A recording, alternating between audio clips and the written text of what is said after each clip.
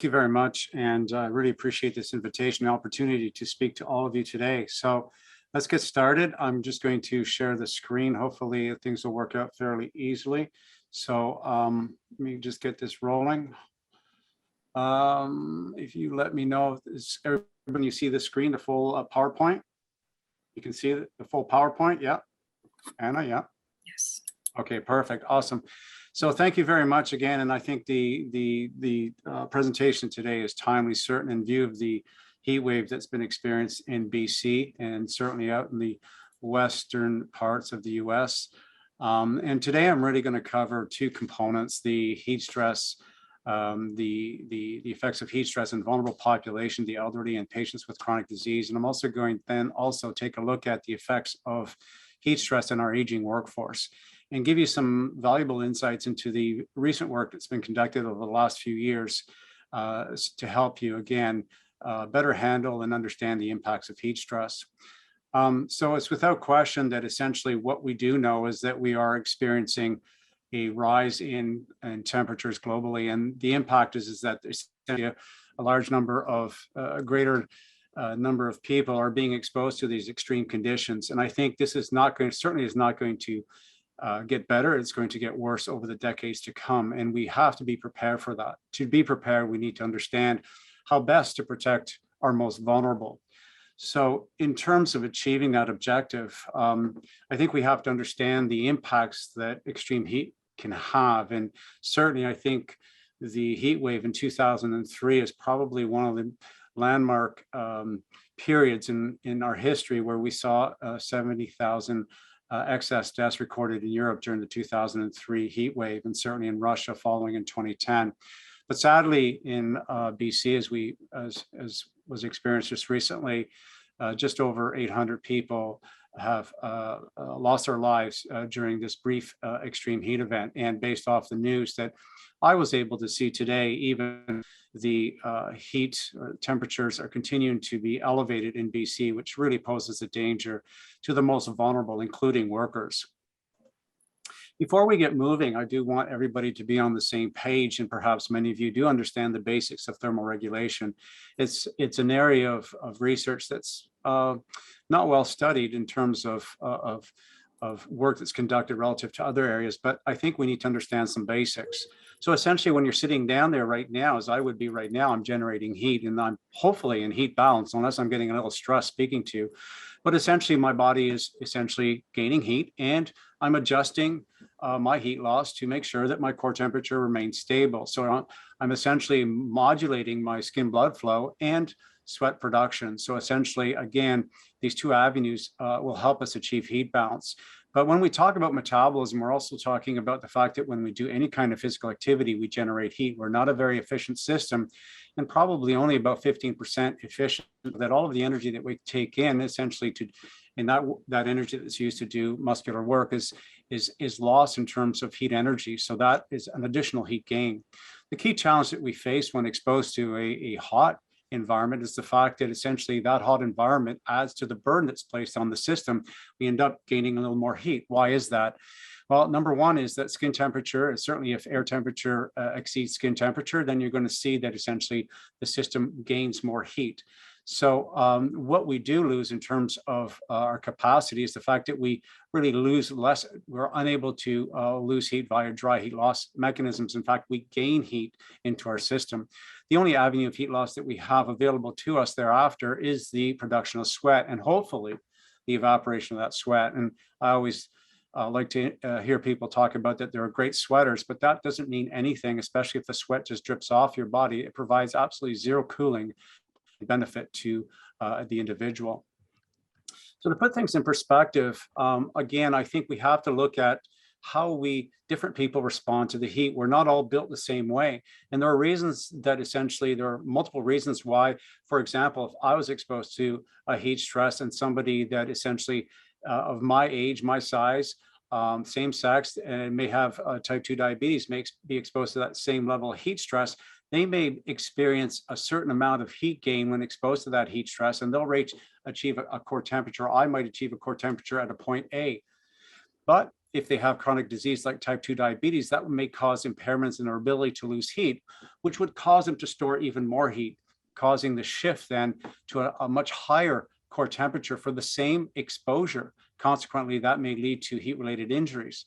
So when we assess the effects of heat stress in different individuals, it's not as simple as simply looking at whether they are young or older. We also have to take into account a number of intra-individual factors that consist of sleep state, medication use, as well as duration of exposure, number of consecutive days of exposure.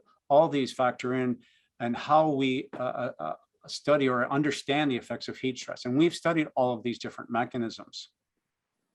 Another challenge that we have in really understanding the risk somebody experiences is quantifying the heat exposure. It's not as simple as simply looking at a thermometer and saying, how hot is it? The reality will be, and we hear a lot about this, that essentially because we live in Canada, temperate environment, that we're less at risk versus somebody that may live in the southern states where temperatures are much higher. Simply stated, the threshold for heat related mortalities is simply lower in Canada, and certainly would be lower in the more northern provinces or northern areas if in fact temperatures were elevated in those regions as well. You would see that heat related mortality would just be at a lower threshold. But even within the urban environment, within a large city, you'll have variations across different sectors, different neighborhoods. And that's to do with how the built up environment plays into the equation. Then we have building types as well. Some structures are highly insulated. Some structures have air conditioning. Some structures have multi-level residence.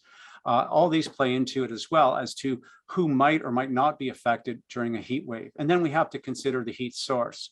Again, physical activity is an easy source of heat. And certainly when you are perhaps cooking in the home, you're generating other heat within the home, causing temperatures to rise. And then we have the physical state of the individual, being fitness, health status, and other factors that really define what that exposure is going to be like. Just try to get my laser pointer here. So essentially that is important for us to take into account.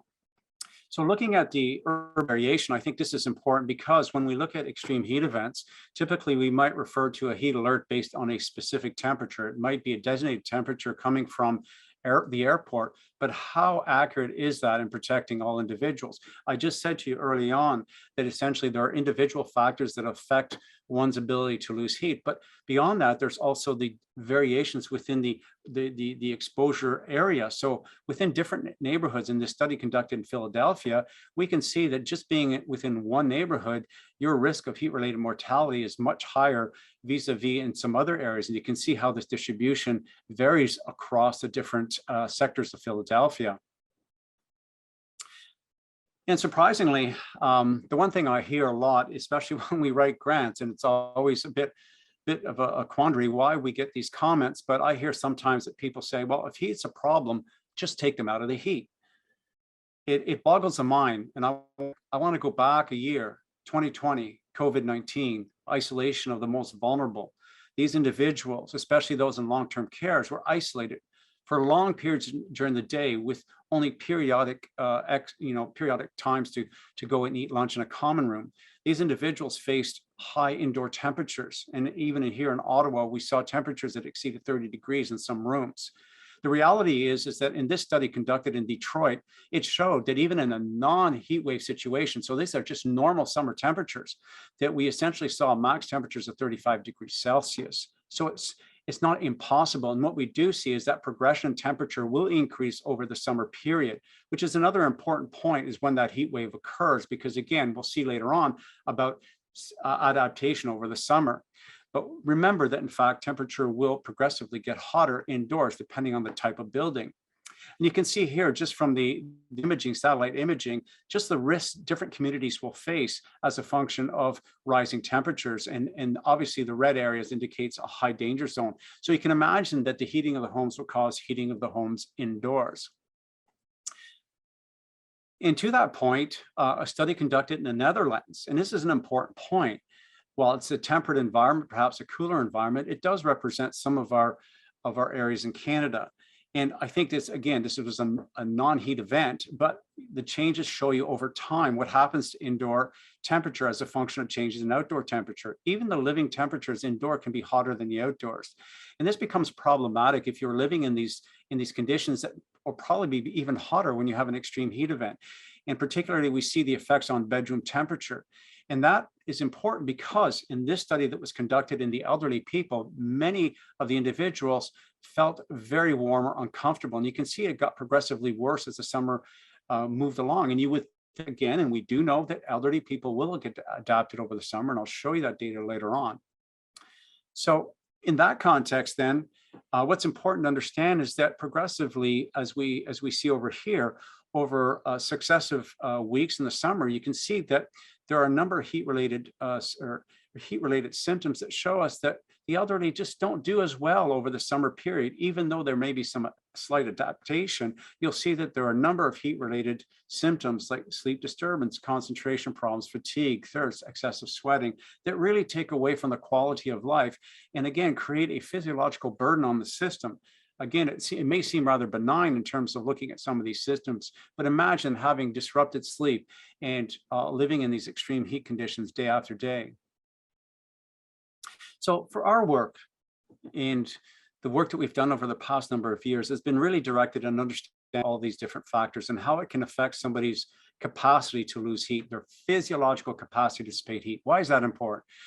Not only do we want to understand what the effects of aging are on the body, how the calorimeter will essentially, when we're doing these kind of studies, what we want to know is not only how aging will affect the body's ability to dissipate heat, we also want to define very specific thresholds. So we know at what level of heat stress, potentially, a person with diabetes may be at greater risk. So we have the world's only whole body air calorimeter, and you can see it opened up here. It would be closed. So you see one of our elderly patients inside of this room. And what that system allows us to do is measure very precisely the amount of heat dissipated by the body, both evaporative and dry heat exchange. And we can measure very precisely the amount of heat that the body stores. And as the body stores more heat, temperature will rise. And so let's take a look at some of this information. So in one of the earlier studies that we started in around 2015 and subsequently published this work, focusing on young to older adults, and we had elderly people exposed to 3-hour extreme heat events. Now, you have to understand that back then there was not a lot of work done in elderly people, and exposing an elderly person to 44 degrees Celsius, 20%, was somewhat certainly raised eyebrows from the Research Ethics Board, because they were saying, well, geez, you're going to put these people at risk. But again, exposing individuals, if I take the same person, I exercise them, they're going to experience the same level of heat stress. So it's a bit of a challenge to conduct this research, but let me show you some interesting results. So what happens when you enter the heat, a hot environment? Your body gains heat. Remember what I said early on, when temperatures are greater than the skin temperatures, the body gains heat very rapidly, and you can see that by the blue dots.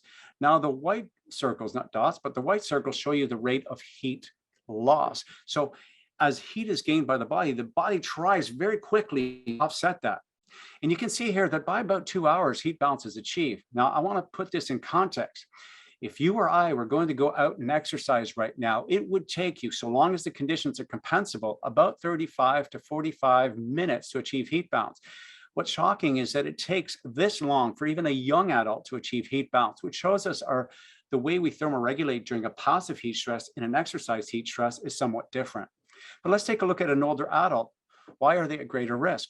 Well, what we're seeing after 3 hours is that there's a separation between heat gain and heat loss. So we don't have a balance. Young, they're balanced. Heat gain, heat loss, balance. Core temperature elevated, but now stable.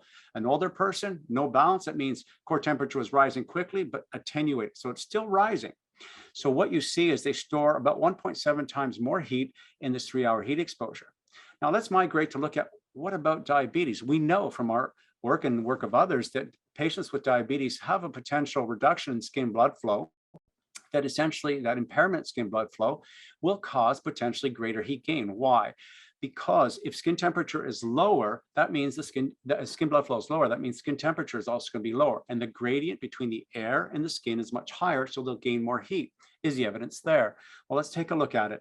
If we look at the blue line here, you can see that this rate is much higher. The rate of heat gain overall is much higher in a patient with type 2 diabetes. So they're gaining more heat. But we look and we see that the values are roughly the same. They store about the same amount of heat over that 3 hours.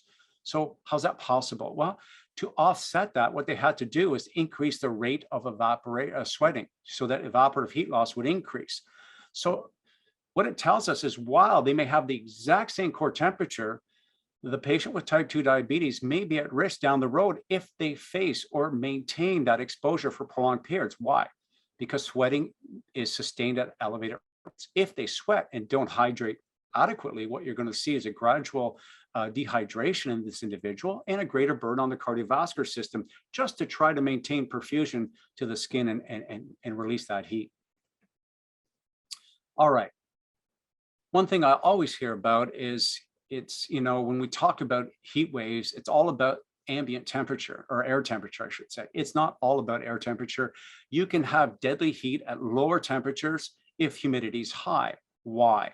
Because when air temperature is lower and humidity is high, or even if it was high temperatures, what you have is a situation where the air is saturated with moisture. Well, the whole point of evaporation of sweat is that you want to essentially take that sweat, evaporate it, and that moisture will fill the air. Problem is, if it's saturated, it's ineffective, and you're going to get a lot of drip sweat. So what you see if we take two different conditions, a young and older person in dry heat, as you can see, 20% relative humidity, you see that the older still have these age-related impairment. This is a 2-hour exposure. So the higher the bar, the higher the increase in core temperature.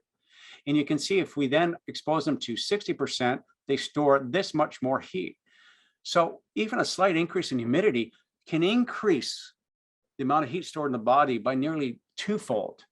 So humidity matters. And even in a lower temperature, you can still have you can still have heat-related injuries.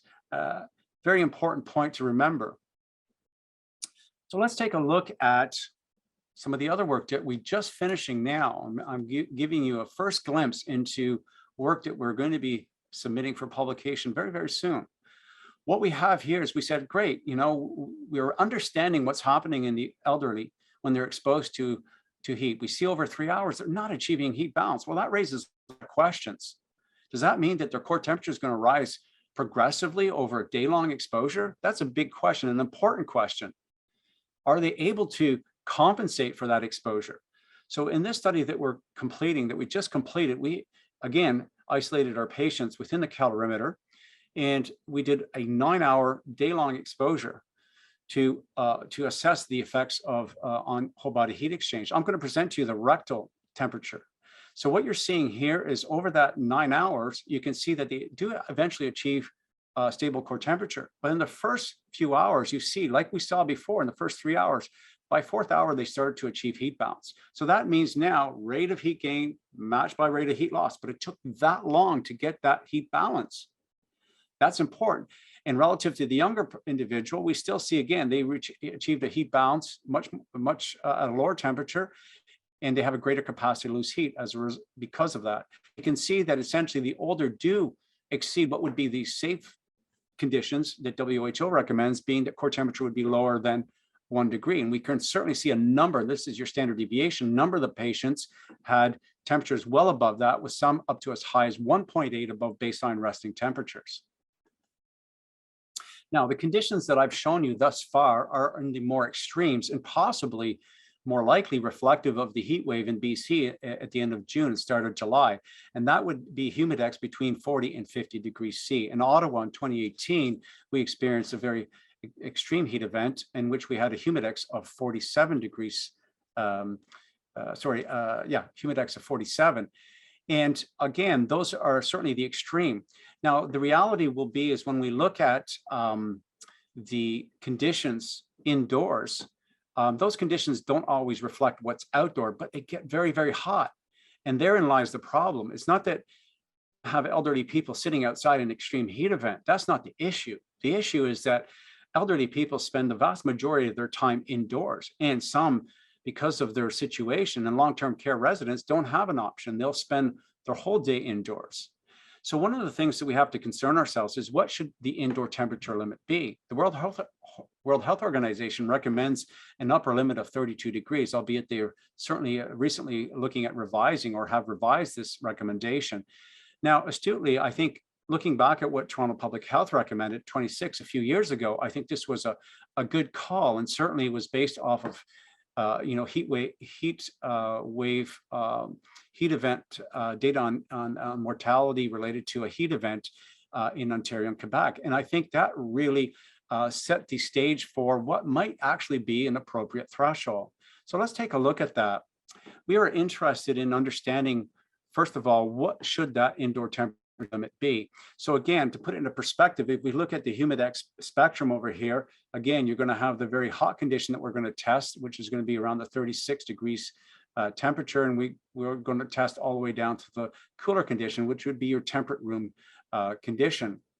So let's take a look at what we see with rectal temperature. So our elderly patients age 70 to 80 were not isolated in a calorimeter this time. It was a large chamber, so they had a bit of more freedom, but they did sit there all day long, and there were clinical tests done throughout the day.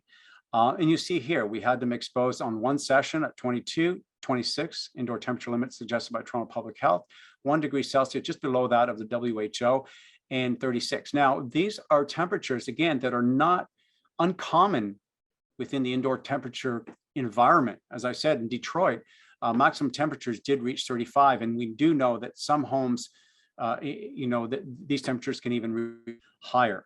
So these are realistic values.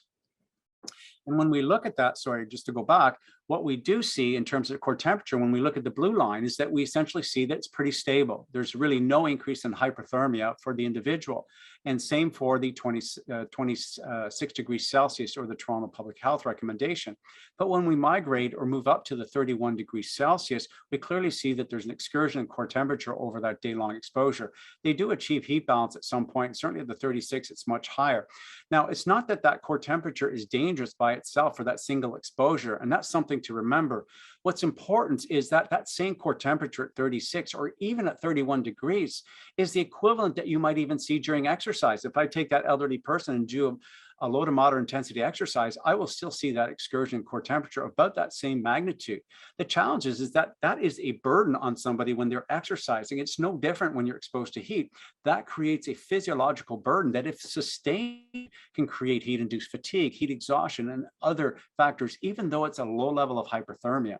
So let's take a look now at the heart rate response. What are we seeing? We're essentially seeing that the burden placed on the heart, if we look at the cool to the hotter condition, the burden placed on the heart becomes greater. And again, imagine, why is that? Well, again, remember that when we generate heat, the system is trying to increase blood flow to the skin. And to do that, obviously, it has to dilate the vasculature. In doing so now, to maintain blood pressure, the heart has to work harder to maintain perfusion through that vasculature. So the heart is working harder. So that means for an elderly person who may be sedentary, that can lead to fatigue and distress. What about blood pressure? Well, this is a very interesting observation, because in our day-long exposure, especially in the elderly people, what do we see? It's surprising to see that even in the most extreme heat condition, you can see here in the cool condition, normal blood pressure, and then there's a real gradual fall, even at 26 degrees, in a person's ability to regulate blood pressure. In these two patients over here, we observe collapse in these two individuals. What we do see in this day-long exposures is that the elderly adults really don't recognize the fact that they're hyperthermic. It's not until very late into the 7th hour that they start to show signs of distress, that they start to recognize that something is not going right here. Most of them don't feel that level of heat stress. They're just not sensitive to it. And we know that that happens. And also, one other clinical test, some of you might know, is the 30 to 15 ratio, which is essentially an evaluation of changes in heart rate, which is performed in the initial phase of adaptation to an orthostatic stress. So you're looking at the maximum minimum response in heart rate. And what you're really trying to understand is the activation of the central nervous system to a stressor. So going from stress to upright can lead to syncope. And we see that dramatically here. So we see that even at 26, while we may not see that level of hyperthermia, we're seeing an impairment in somebody's ability to deal with these kind of stressors. Now, why is that important? That means that potentially during an extreme heat event, somebody could collapse, fall, as a result, have a fractured hip or fractured skull. It's not impossible. So we do see that below 1.04, that is considered a significant dysfunction in their ability to, again, maintain stable posture. So we can see that over here. All right, let's migrate to potential heat mitigations. And I know that many of you have been advocating for the use of, or promoting the use of cooling centers. And I think that's extremely important. We're talking about using air conditioner. And again, not everybody has air conditioners. In fact, many individuals just do not have access. We know that in Quebec and in Ontario, long-term care residents, 90% of them do not have air conditioning. Sadly enough, they're relied only upon access to a common room to get any form of cooling. And again, I think the challenge here is really trying to understand the benefits of a cooling center. Just to what extent does it actually help protect the vulnerable? Let's take a look. We do know that any form of adaptation, heat mitigation strategy is beneficial because it lowers that risk. But we need to understand exactly what the benefits are. So looking at the work that we're just in the process of completing, again, we just completed this work, again, in partnership with Health Canada. What we did here, if you can recall the tracing I showed you earlier during a 9-hour exposure within the calorimeter, the patients were then at a separate group was exposed to at midway to a 3-hour or 2-hour cooling period, as you can see over here, after which then they re-entered the calorimeter at extreme heat. And so what's important to see here, and this is important, again, we do have the calorimeter-based data that gives us body heat storage. What we see here is a rapid decline in core temperature in that cooling period. But let me say one thing. When we're looking at heat storage and the difference, what a calorimeter does, imagine if I can infuse 100 marbles into your bloodstream. Now the calorimeter will be able to tell you that there's 100 marbles in your body. Now, if I was to insert a rectal probe and it is able to sense these marbles, it might say, I recognize there are probably 35 around the vicinity. Unfortunately, it doesn't know it doesn't know that there's 100. It can only tell you that there's 35. So it actually is only a surrogate measure of the amount of heat stored in the body. So while core temperature is going down here, I would tell you data that you're not seeing is in fact, there's still a huge residual heat load here. So core temperature is in part going down because the skin is cooling and just how the blood is redistributed causes this slight drop or a marginal drop in core temperature. But that said, it's still a drop and it's still protective. And what we do see, unfortunately, is that the minute they get back into the heat, the rate of increase in core temperature is much quicker than it was before the exposure. So while cooling centers are effective, no question, it will also help reverse that cardiovascular burden. You have to remember as well that you have to provide guidance to the patient, because if they go back, let's just say they've come from the cooling center and they've walked there and they walk back in no time at all. By the time they get back home, they'll have that core temperature will have gotten even higher or even faster to increase to a greater rate. So we have to be careful and explain to the patient that that benefit may be short-lived. Let's transition to exercise. We're going to look at how heat stress will affect workers or just people engaged in physical activity. One thing that we know is in the absence of having appropriate thermoregulatory abilities, and that means increased skin blood flow and increased sweating, it would not take long for the body to reach very elevated temperatures that essentially would kill you. So it doesn't take long. But you have to remember that as we age, unfortunately, we're going to see a deterioration in that capacity when we get chronic disease or when we are sedentary. So let's take a look at that. So one thing we have to remember, and I'm going to talk today just again in the context of occupational heat stress. We have an aging workforce and we have extreme heat events. So I want to talk about this, but it still applies to those that are physically active in the heat. One thing that we know, unfortunately, as we get older, as I've discovered myself over the last 2 decades, it doesn't matter how much I train, essentially we're still combating the effects of aging across our various physiological systems, that there's a gradual deterioration. Well, the same holds true when we talk about a thermoregulatory capacity. So ultimately with aging, work performance is reduced. The problem is that extreme heat exacerbates that quite profoundly. And essentially that can create significant problems to a worker. Now, the challenge we face today, and I see it across many industries, certainly the mining industry, the electrical utility industry, we see an aging workforce. And that's seen across Europe, it's seen across the United States and across Canada. And that becomes a problem because, as I'm going to show you, aging is associated with dramatic reductions in the body's ability to dissipate heat. And as you're going to see, it's an important point to consider, especially in view of existing guidelines, which don't offer the level of protection to everybody that's necessary to safeguard their health and well-being. So many of you probably have used different indices recommended different indices to industry to use in terms of helping them monitor their workers. Some may use, for example, the ACGH threshold limit or action limit values, and these are what you're seeing over here. So essentially, these exposure limits are based on temperature, clothing worn, and the work intensity. And it gives you a very specific exposure limit that you should adhere to, at least try to adhere to prevent potential dangerous increases in core temperature. So what do we know about these guidelines? The problem with the guidelines is that essentially it's a one-size-fits-all approach. These guidelines do not consider the age of the worker, the sex of the worker, the state of health of the worker, their sleep state, number of consecutive days that they may be working, and other factors that essentially can compromise their capacity to dissipate heat. These are real factors that play into how we should be monitoring our workers. So, where's the evidence to say it doesn't work? Well, a number of years ago, we undertook that challenge. We essentially did a first scale study looking at older workers, just under, on average, mean average age of around 60 years old, 58 to 60 years old. And we assessed the ACGI TLVs. And what we're looking at here again is what we have here is we use moderate intensity work in this trial. Why did we use moderate intensity? Well, we've conducted years of field work in electrical utility across North America, Texas, Arizona, different areas across North America, as well as in Canada.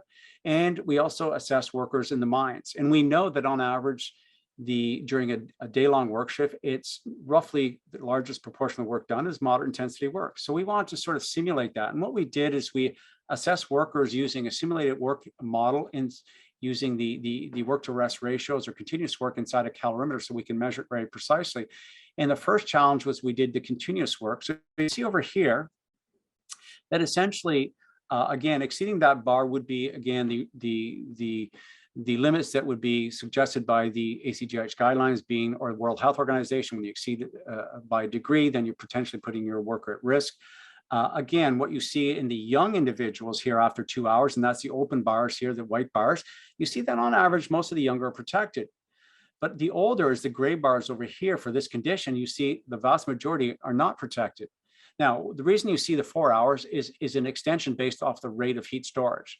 And the reality is because most workers, again, might do a pre-lunch work shift. So that's 4 hours, take the lunch, and then go off for another 4 hours. Based on those projections, you can see that even young would be at risk. Certainly the older would be experiencing moderate to severe hyperthermia. Of course, some of these are just not, these are theoretical based solely on the rate of heat storage. But even when we go to the work to rest of 3 to 1, which if we increase WBGT, you can still see again that the young work are generally protected, but the older are not. And again, this raises many questions about the ability of these existing guidelines to protect the most vulnerable. So what about aging? And this is important. So before we move it forward anymore, I want everybody to think about if you've ever taken an exercise stress test, a VO2 max test. You want to test your fitness, you're all excited about doing it, and you go out there and you do a treadmill test, right? So if you've done a VO2 max test, you know what it's like. Or if you've had a heart check to verify if you had any heart conditions, you're going to do an incremental exercise test. And the purpose behind that essentially is to measure your aerobic capacity, the maximum ability of your active tissue to utilize oxygen during exercise. So using a very similar concept, we developed a test that's conducted in our calorimeter that essentially allows us to measure the body's maximum capacity to dissipate heat. And we do it as an incremental model, but this is a little longer. It's not these 2-minute increments up to 10 to 12 minutes. This is a 90-minute test. So you do 30 minutes at light, 30 minutes at moderate, 30 minutes at vigorous with 15 minutes of recovery. And by doing that, you can compare groups and see at what level of heat stress do you see impairments and what is that physiological capacity to dissipate heat. So based off of this, we have here the data that looks at the effects of age. And we're looking at the lifespan here. So you can see we have women in red, men in blue, and you can see them here, the responses in moderate to vigorous. Where we see a difference in age-related effects are when we get to moderate to vigorous work, and you can see the age-related decline across the lifespan in adults age 18 all the way to 70. And what we do know is that essentially that decrement in person's physiological capacity to dissipate heat is about 4%. And in women, it's 4% lower. Now, why is it different? It is not, it has to do with the end organs themselves, the skin vasculature and the sweat glands that differ in the mechanisms of control. That's why we see slightly lower capacity to dissipate in women. So when you look at moderate intensity work, if I was to do intermittent work, this is the effect. An older stores this much more heat relative to younger for a moderate intensity exercise bout. Now, again, coming back to the idea, we can't forget, even though we may do studies in dry heat conditions, we can't forget the superimposing effects of humidity. When you look at, for example, 30-year-old performing exercise in dry heat, this is how much heat they're storing. That's how high core temperature will get, but way higher, 1.5-fold greater in a humid condition. And you can see just how much hotter an older person will get when performing in dry versus humid heat. Now, in context of aging, one thing that we do know is fitness matters. And this is something that I've been advocating across the board when I speak to executives across different companies about the importance of using,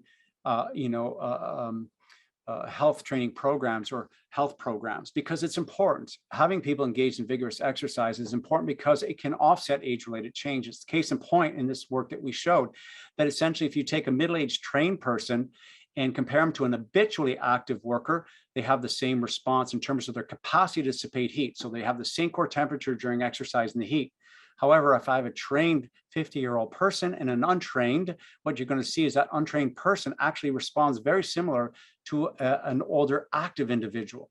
So fitness matters in the context that it will improve your capacity to dissipate heat. And we know that exercise has a myriad of factors or benefits on other physiological systems. What about diabetes? So I'm older, I have diabetes. How's this going to affect me? Well, in our first study a number of years ago, we assessed the heat loss responses in patients that were relatively sedentary. So we did low to moderate intensity work, it was relatively low. But you can see that after the 60-minute exercise, they stored more heat relative to their healthy counterparts, the white bars. That's the area in pink. That's how much more heat they stored. Now, when we assessed and did a subsequent study later on and looked at the physiological capacity to dissipate heat, so it's just like doing your VO2 max. What was their aerobic capacity? Well, what was their maximum physiological capacity to dissipate heat? We saw that it was 20% lower. That's huge. That means that essentially I can do less work, or I can be exposed to a high heat stress condition for less time. Now, importantly, these have huge effects on work performance. So let's translate this information now to the worker. Let's go back to, again, the ACGIH guidelines. We just looked at them earlier.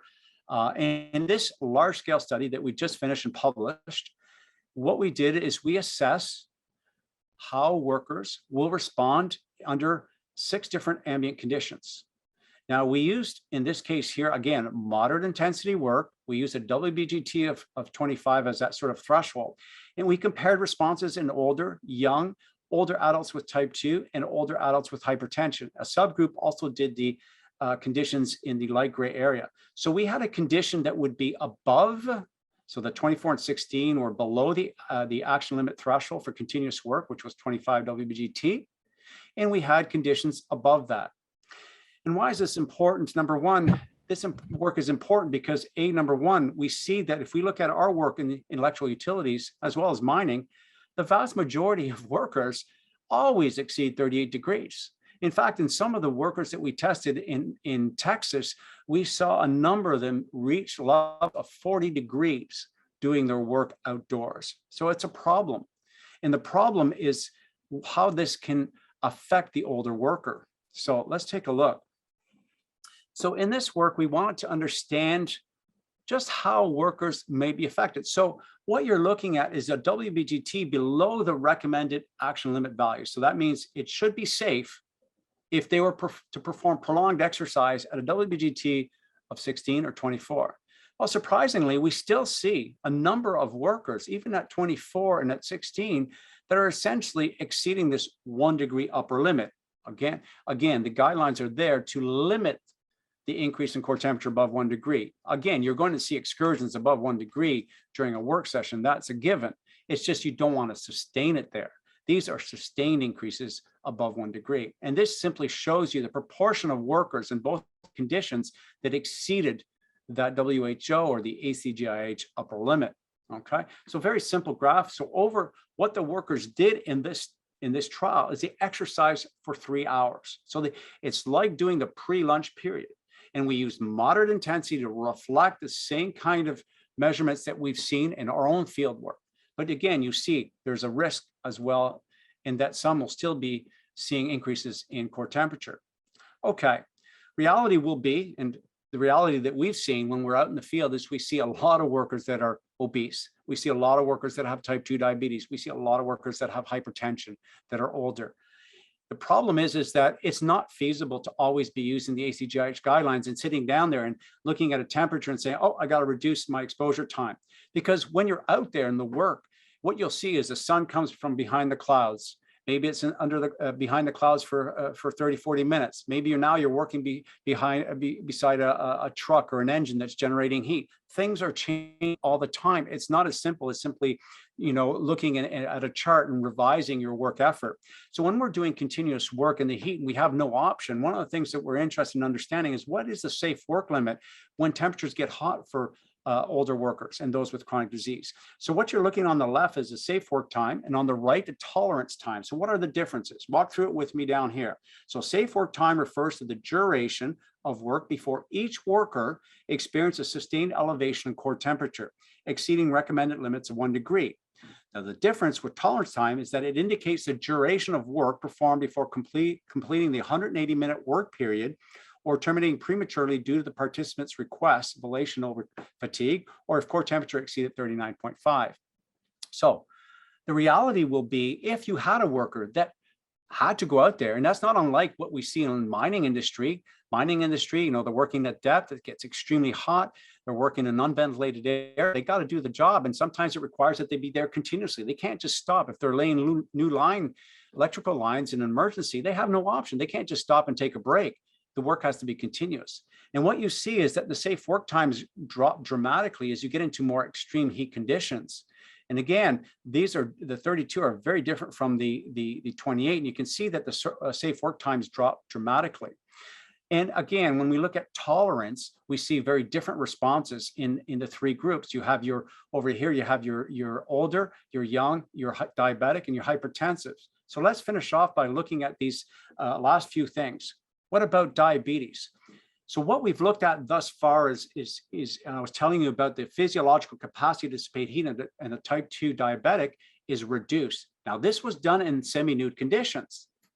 Now we have workers, they're encapsulated with their work uniform. Let's see what happens. Well, see that when we compare the hot condition to the temperate condition, we see that tolerance time goes down. You can see that over here, difference from temperature and exercise tolerance. But here's something to remember.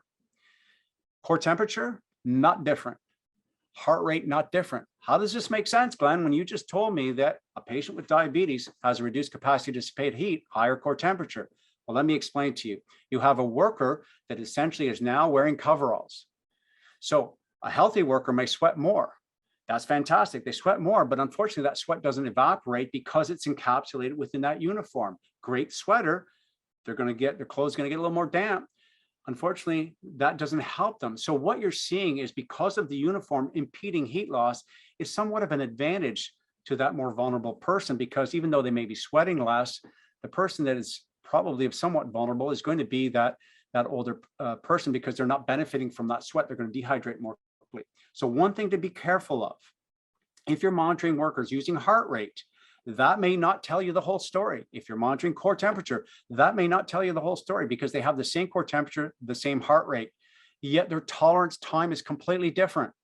and you're going to see that your patient with type 2 diabetes is likely to collapse earlier.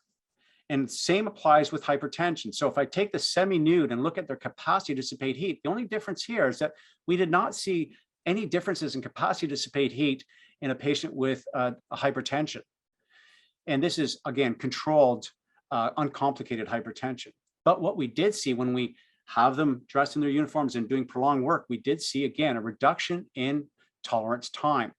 And we also saw that they had the same core temperature and heart rate. So if you are monitoring workers that have hypertension, it's important to understand that while they may have the same heart rate response to doing the same work, they're at greater risk of collapse. All right. And again, this means that if we are going to, down the road, look at making, readjusting or realigning our exposure limits, we really have to think about how we should make those adjustments for the most vulnerable. And that may be lowering that threshold. So I want to finish off my last slide, folks. I guess I want to ask the question, can we adapt? That's a great question. Can we adapt? Exposure to summer, what our study showed after looking at a person's capacity to dissipate heat, again, conducting the calorimeter pre-summer. So this is done before the summer starts. Post-summer, you see that there's an older person stores way less heat post-summer. So their capacity to dissipate heat increases. However, I want to remind you that during the summer period, temperatures get hotter. So even though there may be some adaptation, remember that the level of heat stress is also rising. So that adaptation still may not be sufficient to protect the most vulnerable, even in the most extreme of conditions. What about a worker? How do we protect workers? Well, in this study here, we showed that when we expose older adults to 7 days of consecutive work in the heat, so exercise in the heat, expose them to high core temperatures, that they can improve their capacity to dissipate heat. Surprisingly, in this paper we published in JAMA, we showed that we can reverse disease-related impairments. So patients with diabetes had an even greater increase in their capacity to dissipate heat, which was quite surprising. So again, there's ways in which we can help workers improve their capacity to dissipate heat so that they are able to compensate more easily. Ultimately, that would mean lower temperatures. So finishing off, I want to thank again my partners at Health Canada who have provided great support for all of this research. And again, we're together working to create these heat resilient communities and workforce. So thank you very much for your attention. Great. Thank you, Dr. Kenny. That was a really fascinating studies, a couple of studies. We have a few minutes left. Just wondering if the audience has any questions for Dr. Kenny. If you do, please type them in the chat box or feel free to unmute your audio and raise your hand. And just as we're waiting for questions, I'll just put the poll results up. I don't know if you were able to see this, but our first question was asking where the audience was joining us from. And it looks like we have a few from the Atlantic region, many from central Canada and the prairies and also the West Coast. And with the majority of the audience working in public health or for provincial or territorial government ministry. And also in education and research. And over half of the respondents work in their organizations, emergency planning in relation to heat. So the first question we have is, do you have any evidence of differences in tolerance for young children versus adults? That's an excellent question. We were tasked with assessing that response from Health Canada. And one of the things that, again, there's such a lack of data assessing responses, thermoregulation in children, and there's mixed results in terms of our children that are at greater risk. The evidence, and we do review this in great detail in a review that was published in Medicine, Science, Sports, and Exercise, I think just over a year ago, that there's a real lack of evidence that suggests that children are at greater risk. There's suggestions that essentially they may have a sort of an immature regulatory apparatus or system, but that is not necessarily true. In fact, we do see, and we did a field study assessing heat stress in children, which is also available, open access that you can search out. But again, we did not see differing responses in terms of their tolerance to heat. So I think there is a need for confirmatory studies in terms of looking at capacity to dissipate heat, physiological based studies, because I do think that's important. But as far as based off the evidence that we have, again, it's kind of mixed findings. Okay, thank you for that. And the next question is, what made our recent BC heat dome driven event that much more dangerous was persistently high nighttime temperatures? With respect to guidance of using cooling centers, might that mean a policy change to enable accommodation for 24-hour operation at those centers? An issue is also getting people there. Elderly people tend to want to stay close to home regardless of what it's like. Yeah, and it's a great question because, again, having my mother in long-term care and having had the opportunity to see the effects of that and the extreme temperatures inside her room, in the way that the patient is brought to the common room to get some cooling. The challenge that we have with cooling centers is that essentially what we don't understand is what is the ramifications of exposing somebody to a cool room. You have to think about the effects of this. And I want to give you an example of workers. What is advocated across the United States, and I see quite commonly amongst workers, is that after especially electrical utility workers that we've assessed, they're so heat stressed. And what they do, immediately after they finish doing their work, their pull work, they get into their trucks and they run the air conditioning. Think about this. What happens is you're not losing.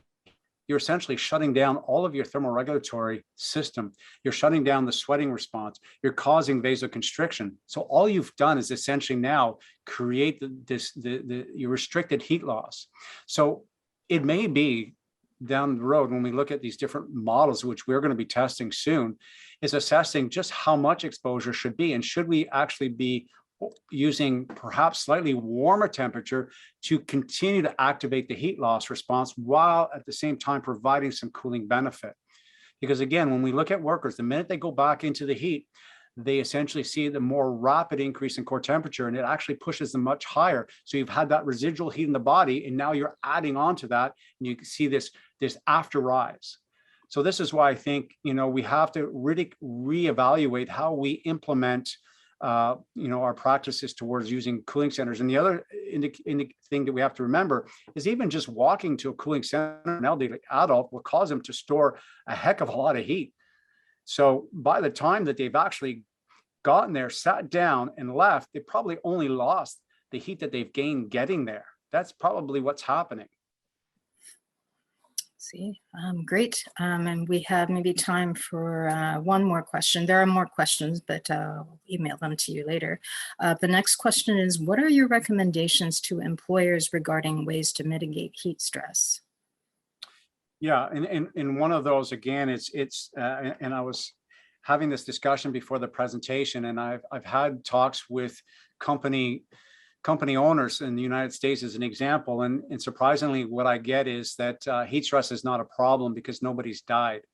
I want to, again, indicate that one of the biggest problems we face is understanding the effects of heat stress in workers and also implementing appropriate heat mitigation.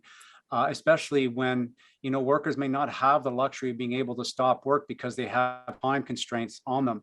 So in terms of being able to mitigate the effects of heat stress, the one thing, again, in those kind of working environments is using the buddy system, because there's no better way of understanding how workers responding by having somebody who knows that person well. And the one thing I can tell you, having tested thousands of people, including workers, is that the one thing you see is a change in behavior. Before you even see that level of hyperthermia that's going to affect them, you begin to see an isolation of that person in terms of how they're doing their work. They're ignoring all of the safety rules. So one of the things to do as well, beyond just monitoring, because that can be ineffective, as we saw today, without appropriate understanding of the worker, what their health status is, what their age may be, is to really try to understand the worker over time. So if you have a worker, it's a document information. And essentially, if you know that you're going to have extreme heat, that maybe it's to create a double team and to essentially plan out, those more intense works and have another team come in and play that in and out like that, as opposed to having one team going in. So there's a lot of different strategies that can be used. That's great. Those are great considerations. And we do have a couple more questions, but I think that's all we have time for right now. So if you don't mind, I will email you those questions and could answer, we could post the answers back to everyone. Thank you again, Dr. Kenny, and everyone, thank you for joining us for this great webinar, and the evaluation is available in the chat box right now, but I will email that to you later on today as well. And if you have any questions, please feel free to email, and thank you for joining us again, and have a great rest of the week. Thank you, everybody. Thank you. Bye-bye.